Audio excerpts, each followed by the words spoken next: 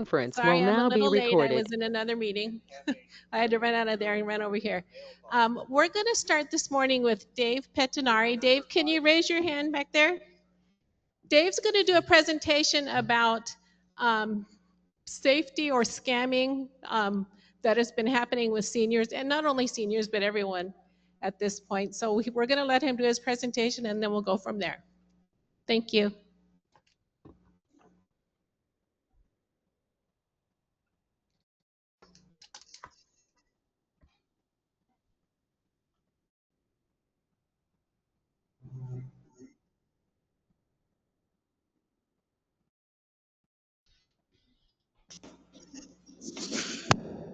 All right, well, we just had to find the right buttons to push, and I don't like people pushing my buttons, but Dave does it all the time.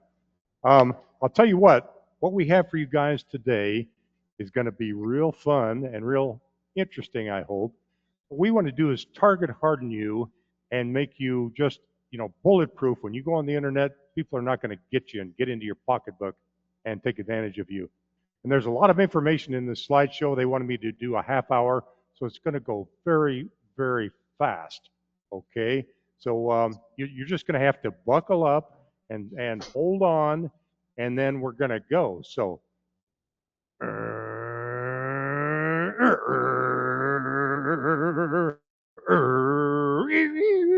okay.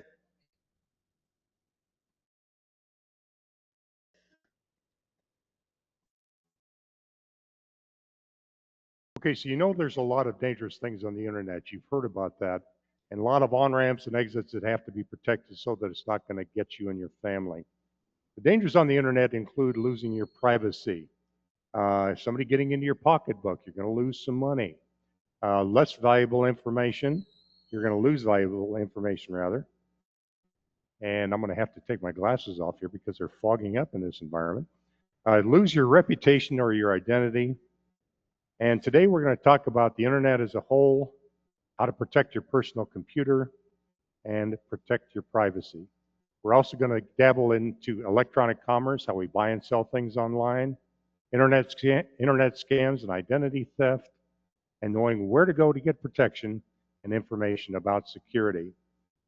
Now, is technology our friend or our foe, do you think? Well, it can be either or. Um, it's our friend in terms of advanced communications. So we can get on Zoom and talk with a bunch of different people at one time. We can FaceTime our families. I talk to my daughter every Sunday on Facebook video, and so I can visit with her and her family face to face. The internet also gives us lots of productivity. It's very versatile, flexible. I got to tell you, just about my whole life, since I'm a computer guy, is on a computer. That's how I keep track of things. That's how I find things. That's how I lose things occasionally. But the internet is ever present. Anybody have Google Home in their home or Alexa, so you can talk to Alexa, talk to Google, get information? My wife claims that I talk to Google more than I talk to her, but that's my good buddy Google. You have your phone, you have tablets, but also laying in the weeds are the criminal threats that infest the entire internet. So we have phone scams, the Internal Revenue Service scam, Social Security scam, Medicare fraud scam, email and text scams. So you're looking at your email, you click on something that you should not have clicked on, and it opens up a whole can of worms. That's called phishing. They're kind of luring you in, giving you fake links and urgent messages. You've got to do this right now, etc. We have romance scams, fake online relationships asking for money. And believe me, there are people who fall in love with somebody in Russia or somebody in Brazil, and the person they believe is real, and then they ask them for $30,000. I need to get myself squared around, then I can come be with you, etc. Lottery and sweepstakes scams. You've won. All you got to do is pay this fee, and we'll give you your winnings from the lottery. Tech support scams. Fake alerts about computer viruses. We'll get into that in depth here in just a minute. Charity scams. Fake charities asking for donations. Now, you might get an email something like this. I wanted to get an Uber Eats gift. Echo, echo, echo. I wanted to get an Uber Eats gift. card to email on Amazon, but I can't do this now because all my effort purchasing it online proved abortive. I intend to buy it for a friend of mine who's diagnosed with stage 3 metastasized breast cancer. Could you get it on Amazon online and have it sent to his email? I will reimburse you, pay you back as soon as possible. Please let me know if you can handle this so I can provide you with this email address. Thanks. This came from Jill Hayner and htresort.com. I wonder why she's sending stuff like that. Oh, Jill. Here's a family emergency scam. The phone rings. Scammer. Grandma, it's me. I'm in trouble. Who is this? Scammer, it's me, your grandson. I was in a car accident and I need help. I don't want mom and dad to find out about this. Can you just send me some money, please? Oh no, are you okay? Where are you? I'm in a jail in Mexico. They won't let me leave unless I pay a fine.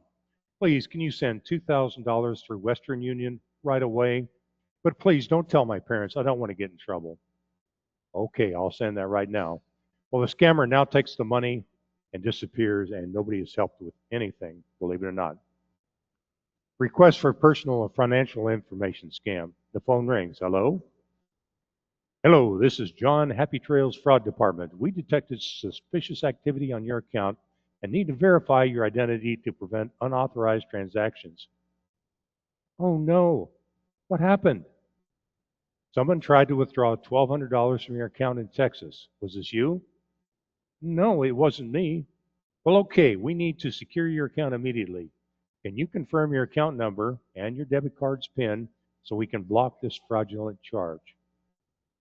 Sure, my account number is 123456789 and my PIN is 4321. Thank you. We'll process right away. You should see a refund in 24 hours. Well, not only does the scammer now have access to the victim's bank account and withdraw funds, but they're probably compromised until somebody comes by to check their computer and make sure they're not there again. We have what's called the remote access scam. The phone rings. Hello? This is Mike from Microsoft Support. We've detected a virus on your computer that's sending out malware. Are you experiencing slow performance? Well, yes, actually, my computer has been a little slow. That confirms it. Your system is infected, but don't worry. I can help you remove it. Please go to your computer and visit www.remotehelp123.com so I can connect and fix the issue for you. Okay, I'm on the website. What do I do now? Click on Download Remote Support Tool and install it. And then read me the code on your screen so I can access your system. Once the victim shares the access code, the scammer now has full control of the computer. Great. I see the issue now. It is a serious virus. I can remove it, but you need to purchase a 1-year security plan for $299. Please enter your credit card and details so we can proceed. And again, now the scammer has remote access to the victim's computer and can steal any data he or she wants, install malware, or lock the system for ransom. Here's a phishing scam. So that's a fake bank email with a malicious link. Email comes in. Urgent. Suspicious activity detected on your bank account from security@bankalerts-secure.com. Dear customer, we detected unusual activity on your bank account and have temporarily locked your account for security reasons. To restore access, click the secure link below to confirm your details. Failure to do so within 24 hours may result in a permanent account suspension. Thank you for your prompt attention, the bank security team. Any of y'all buying any of these yet? I hope not. Red flags of a scam. So you get unsolicited calls, emails, or messages, and they pressure you to act quickly. You've got to do this now. Requests for money or gift cards or wire transfers, threats of arrest, fines, or loss of benefits, poor grammar, strange email address, or unofficial website. Those are the things you need to be aware of and to be looking for. So how to protect yourself? Well, first you need to verify before acting. You want to hang up the call and you want to look for the real organization on the internet and see if that's their real phone. Never share any personal information, Social Security, bank details, etc. Don't click on any unknown links. That can install malware on your computer. Use strong passwords and two-factor authentication. Monitor bank statements for unauthorized charges. Report suspicious activity to the FCC, or the FTC rather, the Federal Trade Commission, local police, or to banks. And please, if you get scammed, don't be embarrassed. It happens to a lot of people. You have to alert somebody that it's happened to you and talk about it and get things corrected. Contact your bank, your credit card company immediately. Change your passwords, secure your accounts, and again, report it to the authorities, whether it's law enforcement or the Federal Trade Commission. And warn others in the community to prevent more victims, which is what we're doing here today because, believe it or not, we've had a number of victims of these scams here in Happy Trails Resort. Here's a couple of resources and contacts for you. The Federal Trade Commission, www.ftc.gov, the AARP Fraud Watch Network. Local law enforcement, of course, would be the Surprise Police Department and the Better Business Bureau. If you can't take notes as furiously and fast as I'm talking, I'd be glad to give you a copy of this PowerPoint if you give me your email address. Make sure to protect your personal information. Don't carry your Social Security card with you. Protect it. Have it locked in that safe at home. Don't provide your Social Security number to anyone unless there is a legitimate need for them to have it. Shred your sensitive trash with a crosscut or a microcut shredder. And don't leave, don't leave any outgoing mail with personal information in your mailbox for pickup. Now you ought to take a look at your wallet that you carry in your purse or you carry in your back pocket. Your wallet needs to be leaner and to cyber criminals meaner.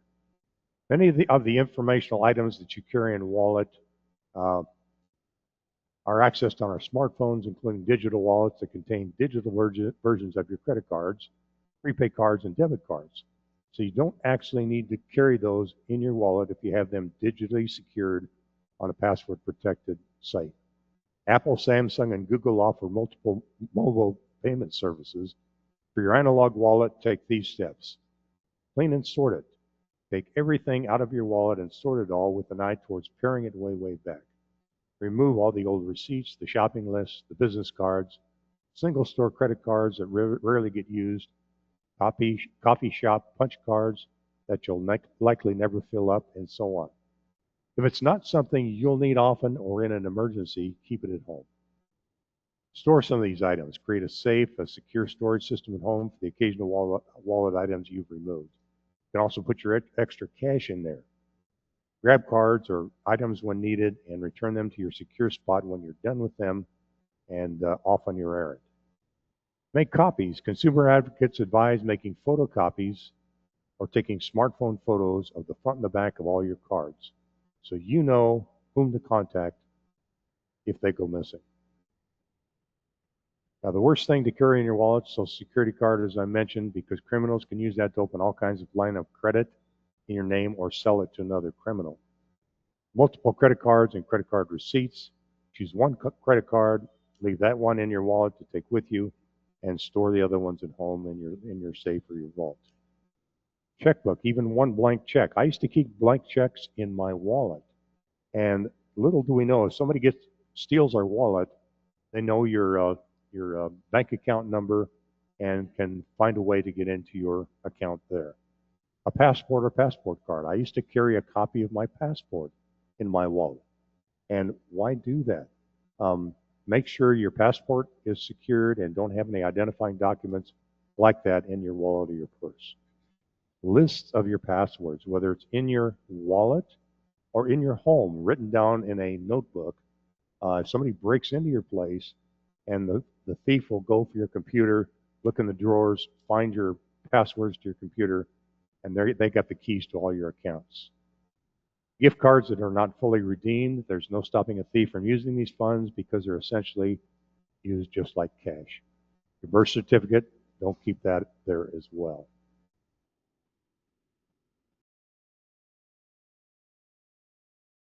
Okay, be vigilant against these tricks. Never provide personal information to anybody in response to an unsolicited request. Never reply to unsolicited emails from unknown senders or open their attachments. And don't click on links and emails from unknown senders. Now, how are cyber crimes committed? Well, they use malware to steal your financial records. They phish. They use Trojans to install email, pop-up ads come on your computer, corporate security breaches, social media security breaches. So these are some things you need to protect against when you're using your computer. You have a virus. I have a computer paramedic company that I go around Happy Trails and I help Happy Trails people with the internet, their computers, getting their printers hooked up. Now I've had a dozen customers of mine fall to these scams that come over. Some of them have lost as much as $2,800, $3,000 to these scams. I have a pickleball friend I was still playing with, told us that she and her husband had been scammed to the tune of $2,000 when a hacker talked them into purchasing Sephora makeup gift cards. Go to Walgreens and get that many gift cards, $250 a piece. Well, when I first heard her story, my heart sank because it had already happened to somebody I knew. I really feel badly for our senior friends here who are duped out of their money and scams take it from them. I've seen these scams a couple of dozen times here, as I mentioned. Here's another one. A notice popped up on her screen saying it was Microsoft warning her she had a virus and asked her that she call a phone number. She did, and she spoke with Sarah, who had an Indian accent. That should have been a warning. Sarah put her and her husband on the phone with a guy who said he was David Miller from the Bank of America, their bank. He too had an Indian accent. That should have been clue number 2. He told her debit card had been compromised for $2,500 and asked for their help to take care of the bad guys. So he had them purchase these Sephora gift cards at Fry's and scrape out the back of the card to give him the codes. He then said 2 of them did not work and go to Winco and Safeway to get more cards. This pickleball friend of mine told me, she says, we don't think we're stupid, but look what he did to us. Another Happy Trails couple was scammed when a siren went off on a pop-up on their computer screen. Pop-up said it was Microsoft, they had a virus, and persuaded them to call a cell phone number so a Microsoft technician could come into their computer to fix the problem. The scammer then said they were working with the couple's bank and the FBI to investigate online bank thefts and scams. The perp asked them to purchase multiple $250 Sephora makeup gift cards from Walgreens and Bitcoin from Circle K. The victims withdrew the money from their bank to do so and lost nearly $3,000. So, horrible thing to have happen to folks. Somebody gets this message, Dear Apple customer, below are some causes of problems with your account. November 15th, the account was logged into from an unusual device. Restore your account to normal again, follow these steps. Select the sign in below and complete your account identity correctly and log in. Okay, and what happens when they log in? That scammer has that personal information of theirs. So what makes phishing so frightening? The attack is very convincing. Gmail from people in your contacts list, language from previous senders, message on a familiar topic. The attachment is a malicious link with a picture, a PDF file, or a spreadsheet that you click on, and all of a sudden they've got you hook, line, and sinker on the phishing scam. You sign in to continue to Google, you're done. Credentials are compromised. Check to see if your email account has been hacked. There's a thing called Have I Been Pawned, P-W-N-E-D, on the internet, and you can ask them if you have been pawned, and it'll tell you if your email has been and how many times it's been circulated throughout the internet. So again, before you click on a link, hover over it to see with your mouse to see where it takes you. Does it have an RU extension on the website or a BR extension on the website? Those are Russia and Brazil, probably a hacker. Do an online search for suspicious notifications. Others would have been scanned and they will have reported it. You'll be able to find out what happened. Protecting yourself from phishing also makes you look for typos in emails. Know what they look like. You can take a phishing IQ test that Kim Komando offers at her website to spot these fakes. Kim Komando is really, really good at coaching people through all these internet scams. You might want to Google her and get on her email list. Use multiple level authentication. So your email address, your text to phone, your voice phone call, or a security question. Those are the ways to protect yourself. Have strong security software. Windows security, by the way, you need to know is very, very robust nowadays, so you don't need to purchase a special antivirus program. Windows security is adept at taking care of these problems, but you've got to make sure the right buttons are pushed on that and you have updated virus protection at all times.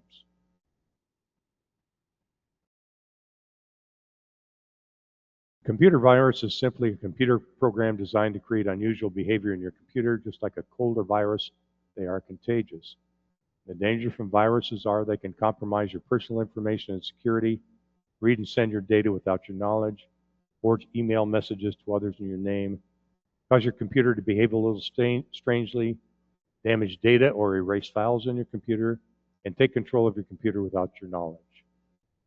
So you can get these viruses from electronic email, downloading programs, and all that.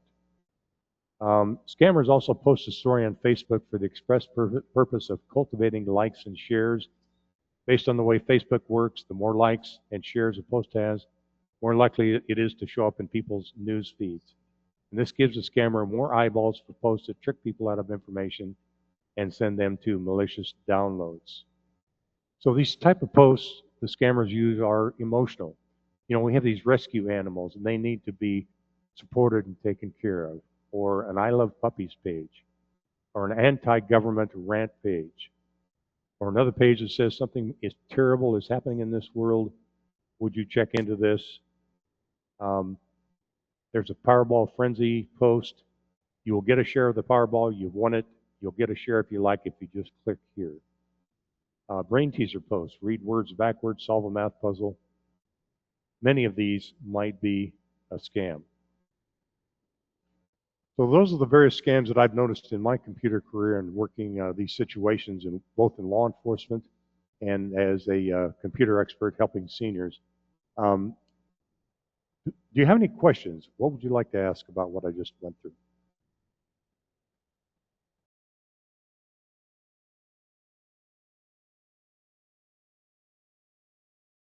Anybody got a question for me? Okay. So I have a question. Yes. Do you recommend purchasing or getting a program that detects malware? A program that detects malware, yes, like Malwarebytes, something of that nature, but do not double up on virus protection programs. The reason for that is if you have more than one, they'll kind of butt heads and really slow your computer down. But malicious malware type protection is good to have, yes. Okay, thank you. Anyone else have any questions? Okay, thank you for your presentation. We will be having more presentations.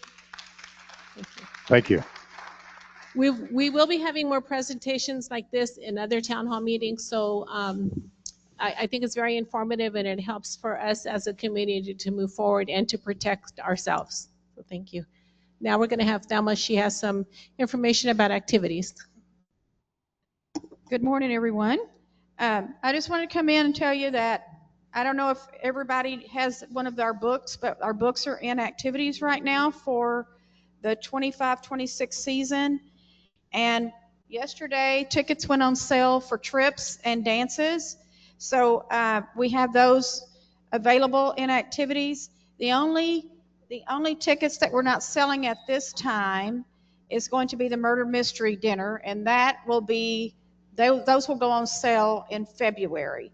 So if you have any questions or whatever, come see us in activities, and we can get your tickets for the season. Thank you. We also have our new directories in for this year. If you haven't received yours yet, you can come into the office and pick one up. Okay, hello everybody. Next we are going to, the Landscape Committee would like to try out another survey in regards to the water feature we have out front in the courtyard. As we know, it is up and running as we speak. You know, the idea that they've been working on is it time for an upgrade on there, renovation on it? So the first thing we would like to do is get the community input on it and start with another survey. I know we've had issues with the first survey, and I would like to address a few of those before we even get into that. There were a few hiccups when we initially did the first survey with the BGM.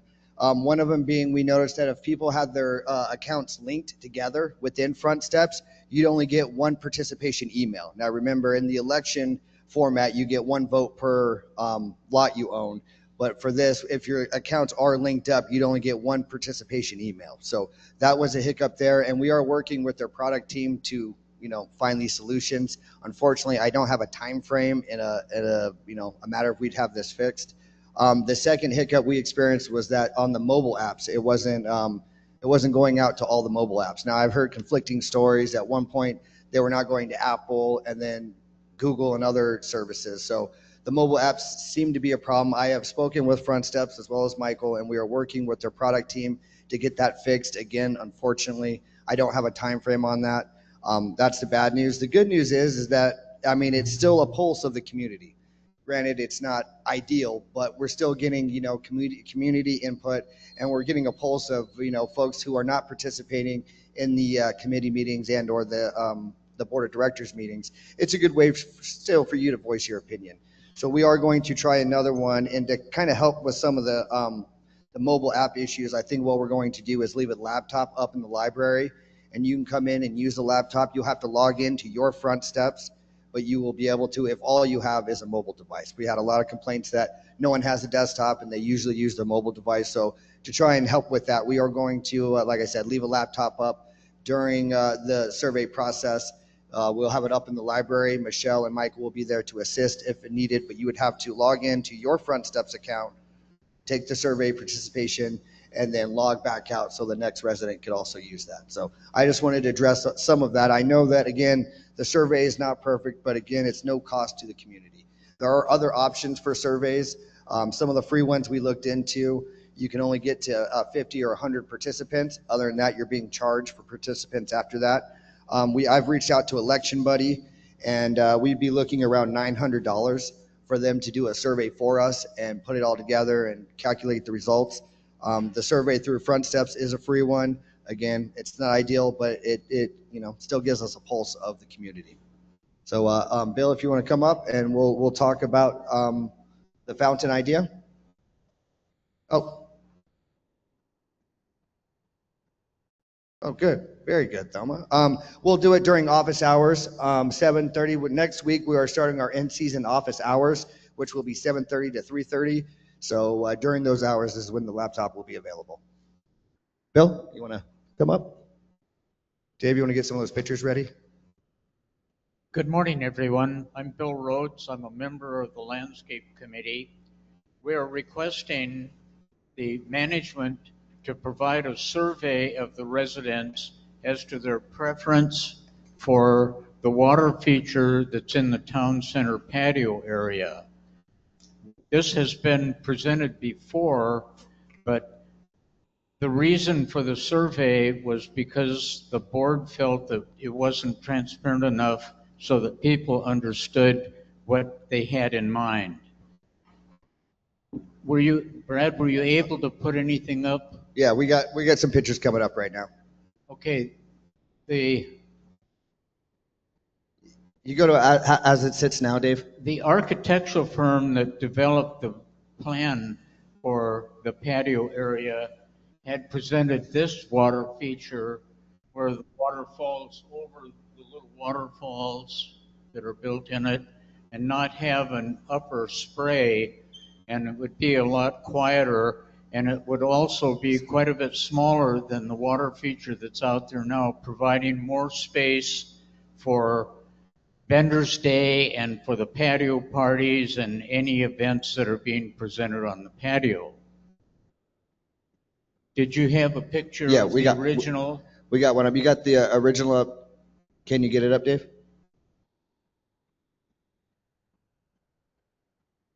Of how it sits now? Don't you have that video? Yeah, pull that up, please. So again, the Landscape Committee has been working on this for a little bit. The initial idea is that they wanted a change of the original look of the fountain. The board of directors asked for a little bit more community input. So right now we're looking at the basic question of, do we like it as it is, or do we want it changed? And if, depending on the results, if we want it changed, we will go into further concepts at that point.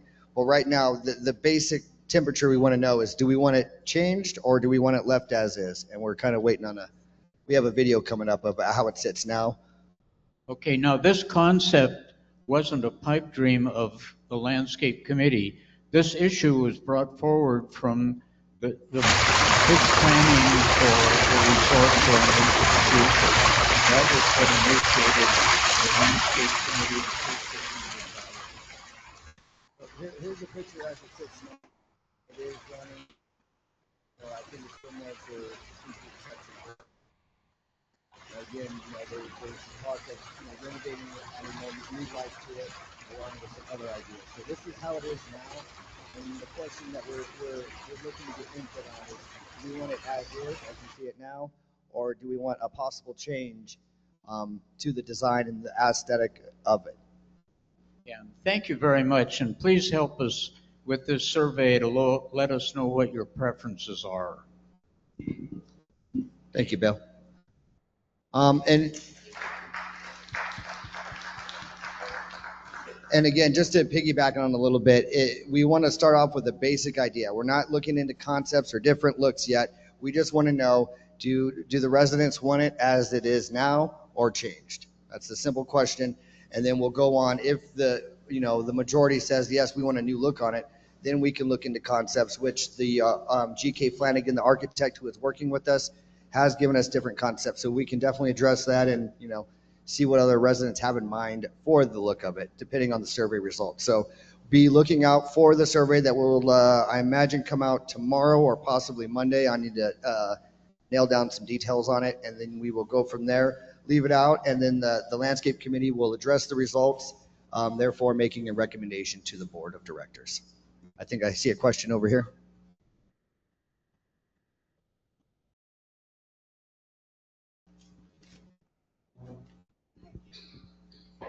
Hi, Kathy Connor, lot 1312. Question, did we spend money this past summer to get it fixed and up and running again? Yes. Okay, so we've already spent how much, do you know? That was $4,500 to fix it. Okay, and now you're asking if we want to change it, which... The look of it, correct. Yeah. Okay, thank you. And we don't have any numbers on any type of, we can have ballpark numbers, but we don't really have a design even picked out. So we're not even, again, the simple question at first is as is, or do we want to change? Okay. And then we can go from there. Any other questions on the fountain?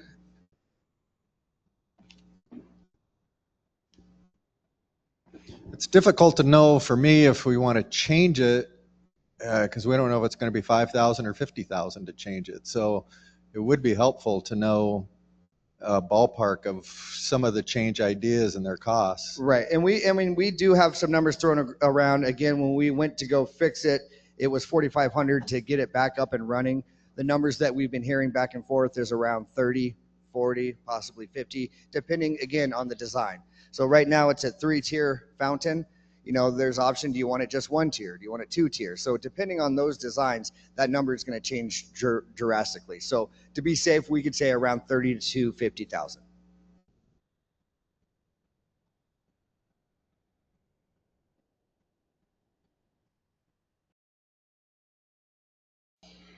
$30,000 to $50,000. Again, depending on the design. I mean, there's multiple and hundreds of different ways we can go about it. As it sits, it's a 3-tier fountain. One of the concepts we were looking at was keeping the 3 tiers and then just giving it a new look with, instead of the boulders, maybe some concrete or, something along those lines. Again, depending on the concept, that number will change.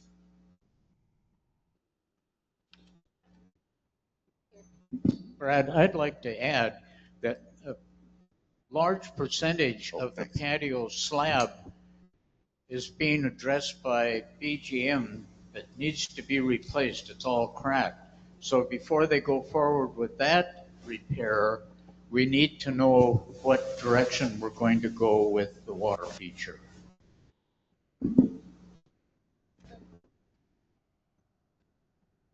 Yes, Terry Bader, lot 953.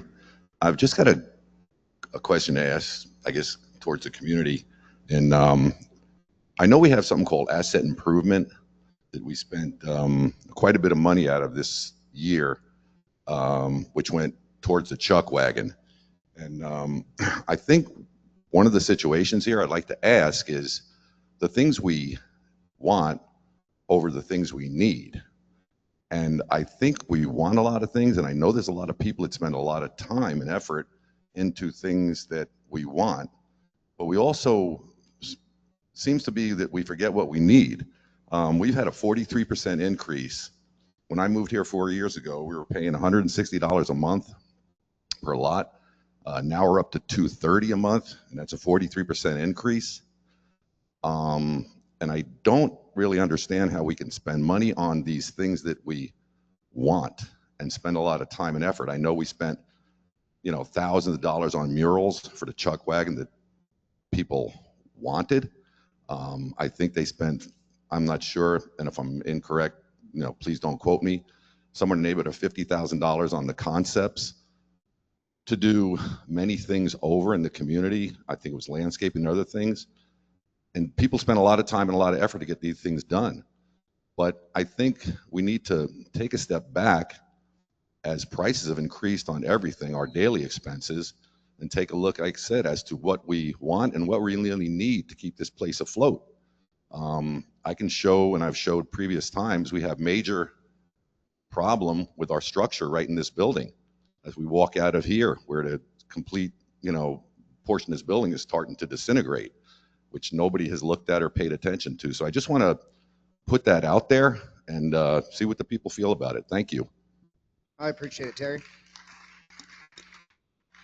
And just to follow up on a little bit of that, I believe a lot of those wants and desires are coming from the long range planning meeting that happened a couple of years ago. So I believe that's where that stems from.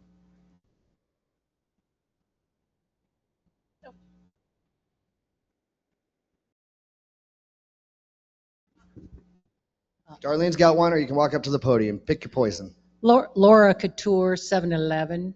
I'd like to know what percentage of the community will be represented in this survey to determine whether you go forward or you keep it as it is. A very good question, and thank you. So the board initially would like to see 25% participation, which I believe was 500 and some odd participation votes. This last survey we got altogether, we had 387. Now again, the survey is just a pulse. It's a temperature of where the community is at. The survey is looked at and used in the decision making. So I mean, regardless if we have the 25% or not, I still believe it's a good gauge of, you know, where the community's at. The hardest part we always have with surveys and the long range planning meetings is the participation. I believe when we did the long range planning, we had 20% participation or just under 25. So I mean, getting 25% has always been the challenge in these surveys. So yeah, they consider that, the board and the committees, when they see these numbers, and you know, still make a decision based on their knowledge of what's going on, and then again the community input. Lois Trice, 2350. I saw the survey on the Inside Spa. Yeah, for the BGM Inside Spa. Yep. There were absolutely no numbers on it. How would I know what I wanted to choose from the numbers? Just that I want the fitness center to be bigger, or just that I want a spa?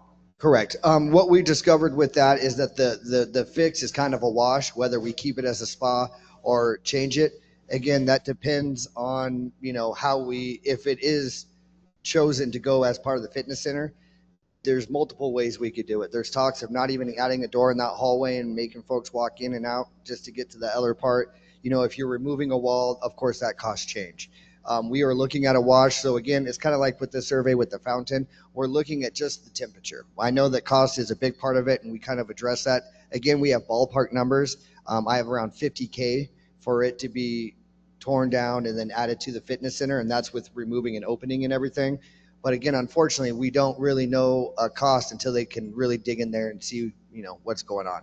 So we do have cost as a big part. We have ballpark numbers, but by no means is that anything in stone. Again, around 50 to 60K would be to change that indoor spot to part of the fitness center. And the same cost to fix it as a spa too, to remove the decking, kill the roots, redo the decking, and fix the plumbing that's along with it. It's about the same cost. So again, that's why we're gauging the temperature. I mean, we know cost is a big thing, but you know, one step at a time. Kathy Stark, Lot 1405. Do we have any idea how many people use the spa and how many people use the fitness center? We have some summer numbers, and that kind of varies. You know, the bigger thing is to see in season what kind of numbers we're looking at. I don't have an exact number by any stretch, but I mean, I think there was some numbers that the BGM worked on, but that was kind of summer numbers. So that number is obviously going to change in season. How did you begin to come up with numbers of fitness? I'm in there frequently, and I've never seen anybody come in and say, oh, I see that there's somebody in here. How are you getting those numbers? Well, again, the BGM worked on that. I'd have to talk with them. I imagine that they came by at certain times of the day and checked it.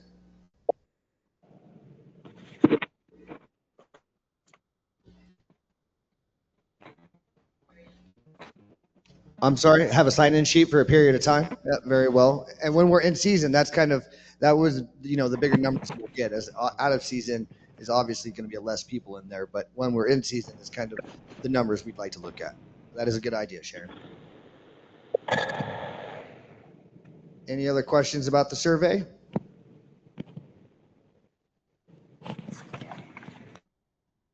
No? I do also want to remind you guys that we are coming into season. So starting next Monday, October 6th, we are going to our office, our in-season office hours, which is 7:30 to 3:30. Our staff will be 7 a.m. till 3 p.m. and the trash site will be open Tuesdays, Thursdays, and Saturdays, 11 a.m. to 2 p.m. Activities will also be open the same as the office hours, which is 7:30 till 3:30, 7:30 a.m. till 3:30 p.m. And that will take effect next Monday, the 6th. I also have an update. We had the board approved the tree removals, the palm tree removals of all the trees around the pool to get us away from the root problem that we've had.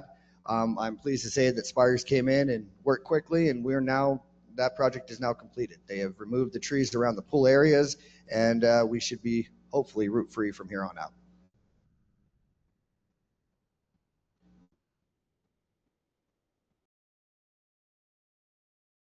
I had a question about that. Why did we pay to trim all the trees and then pay again to cut them down? Why didn't we cut them down the first time instead of paying to trim them? It's a fair question, and I appreciate it. Unfortunately, we were unaware of the root problem when the trimming came. Of course, those tree trimmings happening in the summer. We just seen the roots coming through the indoor spa last month. So, I mean, it would have been nice to catch it before. I agree with you, but unfortunately, that wasn't the timetable. So, I think that's it. We do have a planning meeting to get to next, so I do appreciate everyone showing up and logging in. Have yourselves a wonderful day, and thank you very much.